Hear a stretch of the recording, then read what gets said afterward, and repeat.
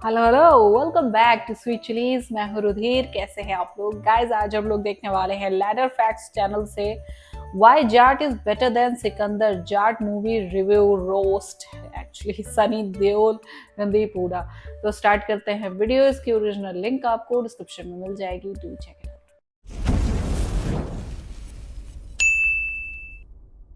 इस जाट के 2.5 किलो की हाथ की ताकत को पूरा नॉर्थ देख चुका है, अब साउथ देखेगा। सॉरी अरे बोल। बब्बू, सिकंदर से डिसअपॉइंट होने के बाद मैं जाट देखने जाने वाला ही नहीं था, क्योंकि अगर सलमान खान कुछ नहीं कर पाए तो सनी देओल से क्या ही एक्सपेक्टेशंस। क्योंकि साउथ का मुर्गदौस जैसा डायरेक्टर, सलमान खान जैसा इतना बड़ा स्टार अगर कुछ नहीं कर पाया तो सनी देओल क्या ही कर लेंगे। इसलिए मैं जाट को स्किप करने वाला था, लेकिन मुझे फोर्स करके 400 रुपए खर्च करके 2 टिकट्स कटाई गई। मैंने 2000 की शर्त भी लगाई कि अगर जाट बकवास निकली तो 2000 मेरे, लेकिन भाई मैं 2000 की शर्त हार गया। तो साउथ के डायरेक्टर के साथ सनी देओल का पहला कोला, यानी कैसी है जाट। और टू दी पॉइंट बात करें तो थिएटर जाके एक्सपीरियंस लेने लायक है या जुगाड़ या ओटीटी वाली फिल्म है। तो सनी देओल की 2.5 किलो का हाथ दिखाकर क्या पैसे लूटने आई है जाट, या फिर बड़े बड़ों की करने वाली है खड़ी खाट। आइए फटाफट करते हैं जाट का रिव्यू। तो बिल्कुल जैसे एक्सपेक्टेशन लेकर मैं गया था, थिएटर में कुछ वैसा ही हुआ। फर्स्ट डे फर्स्ट शो पर थिएटर में सिर्फ 40-50 लोग थे। मुझे लगा कि सिकंदर के बाद फिर से थेरेपी के लिए जाना पड़ेगा, लेकिन तभी फिल्म शुरू होती है और मैं इंटरवल में उठ के वॉशरूम तक नहीं जाता। सनी देओल की गदर 2 के बाद जाट एक करियर डिफाइनिंग परफॉर्मेंस है। मतलब इसे कहते हैं साउथ सिनेमा के इडली सांभर के साथ पीतल की ग्लास में फुल ऑन देसी लस्सी। स्पॉइलर नहीं दे सकता क्योंकि फिल्म मुझे काफी अच्छी लगी, लेकिन इतना कहूंगा कि सनी देओल एक वन मैन आर्मी है, एक वन मैन शो है, जो एक ऐसे विलन से लड़ने जाते हैं जो सच में कलयुग का रावण है। उसके साम्राज्य में क्या पुलिस वाले, क्या सीएम, क्या मिनिस्टर, सब उसके सामने मिमियाने लगते हैं। लेकिन तभी सनी देओल की एक बवाल एंट्री होती है जिस पर सीटियां तालियां बजती है और वो सो सॉरी का प्रोग्राम स्टार्ट करते हैं। सॉरी ना बोलने वालों को वो सॉरी बुलवा के ही दम लेते हैं। फिल्म सॉरी बोलने से शुरू होकर सॉरी बोलने पे ही खत्म होती है। जाट में श्री राम रावण वाला एंगल भी सिंघम अगेन की तरह फोर्स नहीं लगता। फिल्म के डायलॉग्स, खासकर रणदीप हुड्डा के डायलॉग्स बवाल है, और उनकी एंट्री भाई सनी देओल से भी मुझे बवाल लगी। सनी देओल को आप जिस अवतार में देखना चाहते हो ये फिल्म बिल्कुल वही दिखाती है। फिर चाहे बॉर्डर 2 हो, गदर 2 हो, या फिर उनके दहाड़ने से विलन्स की पैंट में मूत निकल जाना। ऊपर से उनके ट्रक ट्रेन से जो उनका पुराना रिश्ता है वो भी फिल्म में दिखाया गया है, और बहुत ही काफी सारे बवाल गन्स भी फिल्म में यूज किए गए। फिल्म के एक्शन की बात करें तो आपको सांस लेने की फुर्सत नहीं मिलेगी। फिल्म में इतना एक्शन है, मतलब गर्दन की तरह फुटबॉल उड़ रहे हैं, विलन को खचाखच काटा जा रहा है। और सेकंड हाफ में सनी देओल थाने में जाकर जो काम करते हो, आप कहोगे कि भाई साहब ये क्या देख लिया। और सनी देओल इस फिल्म में सिर्फ हैंडपंप नहीं उखाड़ते, वो दरवाजे चौखट जो मिलता है उसको उखाड़ते हैं और विलन्स को थूड़ देते हैं। मूवी का सस्पेंस आपको एंड तक बांध के रखता है। आप कितने बड़े मूवी फ्री क्यों ना हो, आप गेस नहीं कर पाओगे कि हीरो और विलन असल में है कौन। दोनों का ही बैकग्राउंड आपको लास्ट में पता चलता है। फिल्म का स्क्रीन प्ले भी मुझे बहुत सही लगा। जहाँ जनरली फिल्म का फर्स्ट हाफ बोरिंग होता है, वही जाट का फर्स्ट हाफ भी मुझे उल्टा सेकंड हाफ से ज्यादा बेहतर लगा। सेकंड हाफ में आपको इसलिए मजा आएगा क्योंकि उसमें बहुत सारे फाइट सीक्वेंसेस है और पूरे फिल्म का सस्पेंस भी रिवील किया गया है। रणदीप हुड्डा के लिए इतना ही कहूंगा, फाड़ दीज। विनीत कुमार सिंह इस बार कविता नहीं करते, हुलुलुलु करते हैं। जगपति बाबू को देख के समझ में आया कि सिकंदर में जहाँ कटप्पा मामा यानी सत्यराज को एक सीएम दिखाते हुए भी टपोरी विलन बना दिया गया, वहीं जाट में जगपति बाबू ने छोटा बहुत काफी अच्छा काम किया है। रमैया कृष्णन यानी कि शिवगामी देवी ने भी as a president impactful role किया है। उपेंद्र लिम ये एनिमल के बाद फिर से कैमियो के छोटे से रोल के बावजूद आपको इनका काम याद रहेगा। And same goes with Markand Deshpande, इन्होंने भी अपने कैरेक्टर की छाप फिल्म पे छोड़ी है। फिल्म में बेफालतू का कोई रोमांस वगैरह सनी देओल के साथ ऐड नहीं किया गया है, और मैं कहूंगा कि अच्छा ही किया है, क्योंकि कई बार इससे लोग इरिटेट होने लगते हैं जब 60s 70s वाले एक्टर 30s की हीरोइंस के साथ रोमांस करें।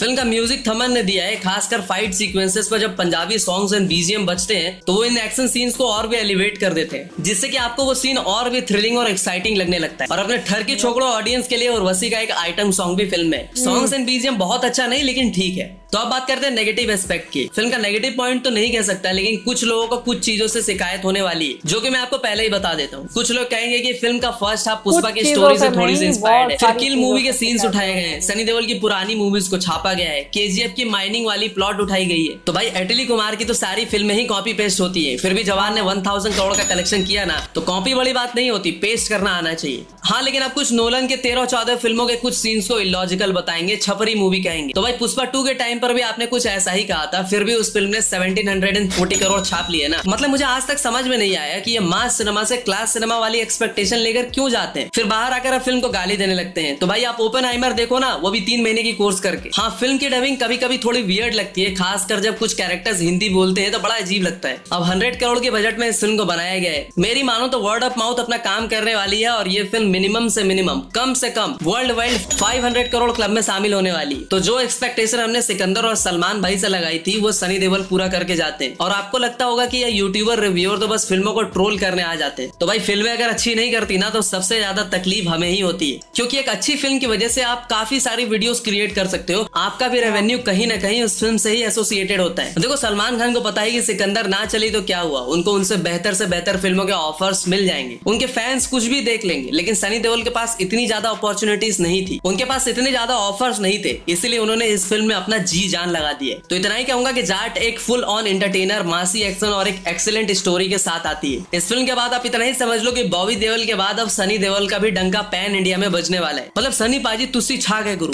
67 की एज में भी उन्होंने जो काम किया है उसके लिए भाई सैल्यूट तो बनता है। तो अगर आप mass cinema like Pushpa, KGF, Animal, Jailer जैसी फिल्मों के फैन हो तो आंख मूंद के वीकेंड पे जाट देखने जा सकते हो। पसंद आए तो कमेंट सेक्शन खुला है, आ जाना गाली देने। तो मिलता हूँ अगली वीडियो में, तब तक के लिए हर हर महादेव। ये 2.5 किलो का ही है सर, अभी आप थोड़ा ऊपर नीचे। सॉरी बोल सॉरी यार। देखो मेरे ओपिनियन में तो भले ही मास सिनेमा हो ना हो, बट उसमें एक क्लास होनी ही चाहिए। कोई अगर मैसेज ही नहीं होगा, सोशल कोई मतलब एक्टिविटी ही नहीं होगी तो फिर काय बात का सिनेमा। तो सिनेमा हमेशा हमें इंस्पायर करने के लिए होता है। वो किसी भी एस्पेक्ट में हो सकता है कि आप किसी भी एस्पेक्ट में आपको बस इंस्पायर करना चाहिए। अभी आपको क्या मास सिनेमा जो इस टाइम पे बन रहा है वो उसमें क्या आपको इंस्पायर करेगा हैं? एक घूसा तुम यही अपने आप से एक्सपेक्ट करो कि हाँ एक घूसा तुम मारो और 4 जने उड़ जाएं, 100 जने उड़ जाएं। रियल लाइफ में पॉसिबल है ऐसा? यार सिनेमा में देखने में अच्छा लगता है, मानती हूँ, लेकिन हर बार वही देखने में नहीं अच्छा लगता है कि एक पिक्चर में वही हीरो वही कर रहा है, ठीक है, चाहे वो 1.5 पसली का है, दूसरी पिक्चर में वही हीरो वही कर रहा है चाहे वो 60 पसली का है। तो फर्क क्या रह गया? फिर किसी चीज में फर्क क्या रह गया? वही हमें सिनेमा में वैरायटी चाहिए। वैरायटी कहाँ है? वैरायटी वो ऐड नहीं आता है।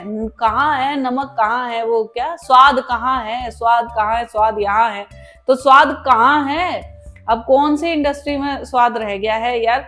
पुष्पा 1 जितनी अच्छी थी, पुष्पा 2 को इन्होंने उतना ही रद्दी बना दिया, ठीक है।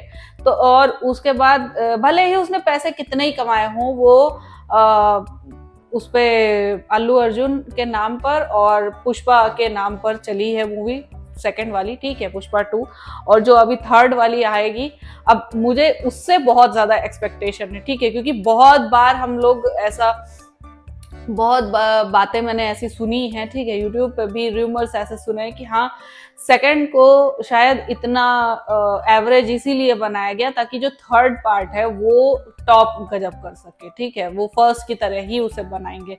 तो मेरी एक्सपेक्टेशन तो वहीं पे हाई हो गई थी कि हाँ भाई इसी तरीके का चाहिए।